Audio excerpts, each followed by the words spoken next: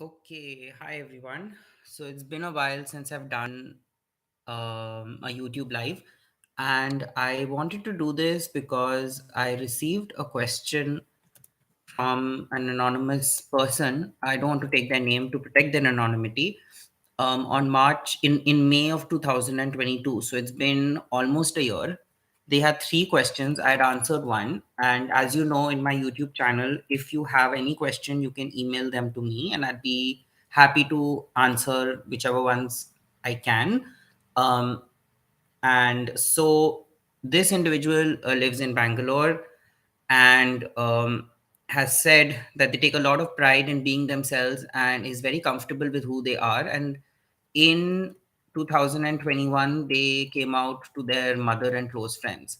So, one of the questions that they've asked is that, and I'm quoting, it is easy to say that it doesn't matter what people say or comment on you, but still it hurts. How do you ignore such stuff?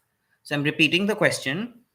They're asking that it's easy to say that it doesn't matter what people say or comment on you, but it still hurts. How do you ignore such stuff? So I'm going to assume that they're talking about comments about their sexual orientation or gender identity.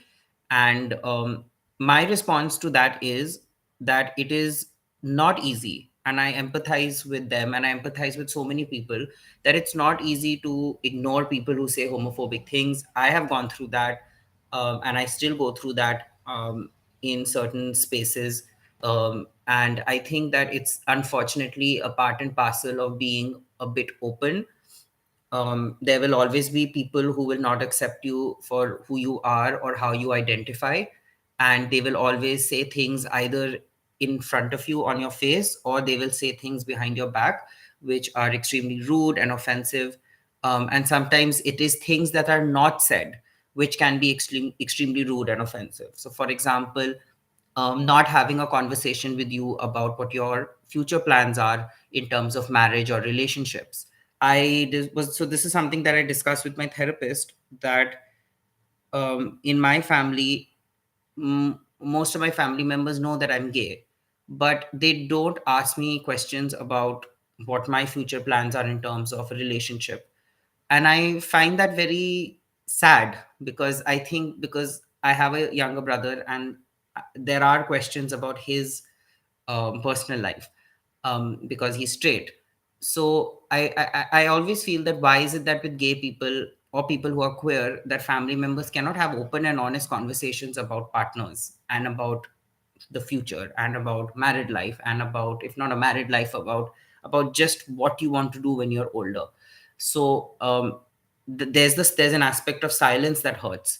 But I think the question that they're asking is, when people say or comment things that are extremely rude, and how do you ignore them? Well, I think one simple strategy is that, and this is actually something I picked up from a Katy Perry song. There's a song by Katy Perry called Choose Your Battles. So, in that song, which, I mean, you can find it on Spotify or wherever, she says that you should choose your battles wisely, um, because in your life, you'll have to fight multiple battles.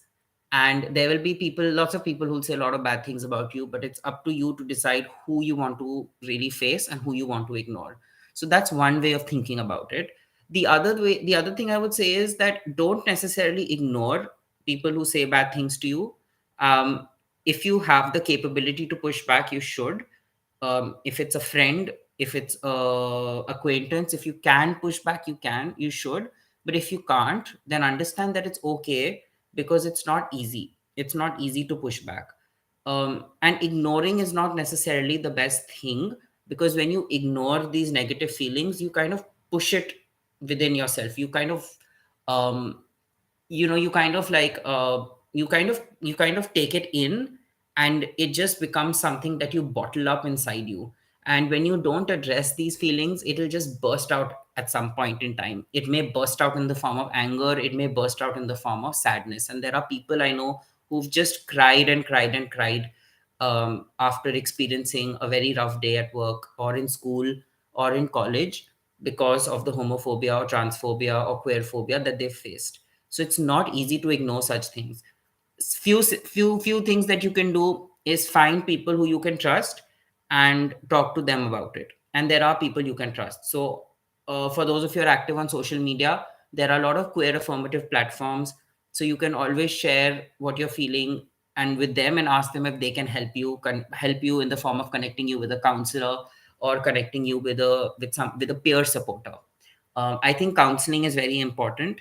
So I would say talk to a therapist and try to understand how you can navigate this very difficult space with a therapist, because it takes a lot of mental strength to be able to deal with such situations. So peer counseling, mental health therapy, friendships. There are some, you will be like, for people who feel that they don't have friends, I want to say that there are people out there who are heterosexual, who are not part of the queer community, but who really support the queer community.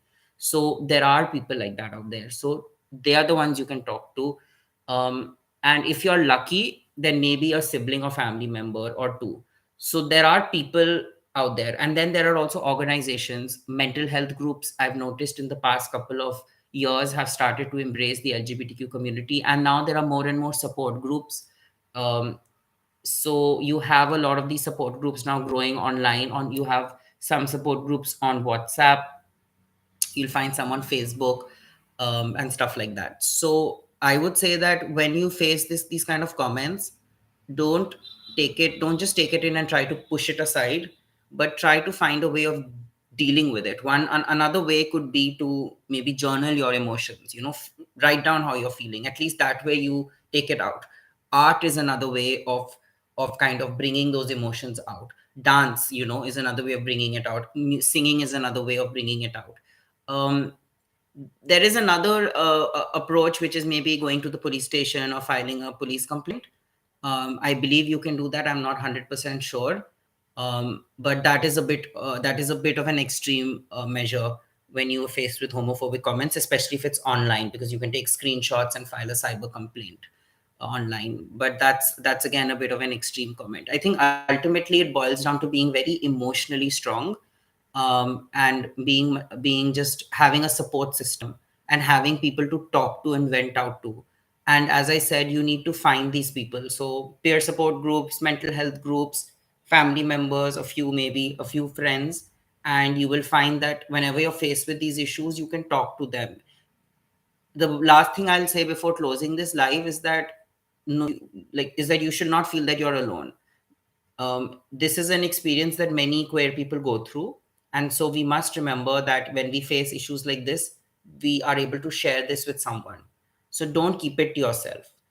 And that's a great way of dealing with it. And then you'll see you'll automatically become confident. And then people will also stop saying such things to you, because they'll start seeing you, and will not feel the need to bully you. So that's what I have to say to this question about dealing with homophobic people and homophobic comments. I hope it helps. So, as I mentioned at the start of the video, if you have any questions, you can email them to me and I'll try my best to respond. My email ID is given in the description of the video. I've also linked my Instagram. I share content there from time to time, so feel free to check that out as well.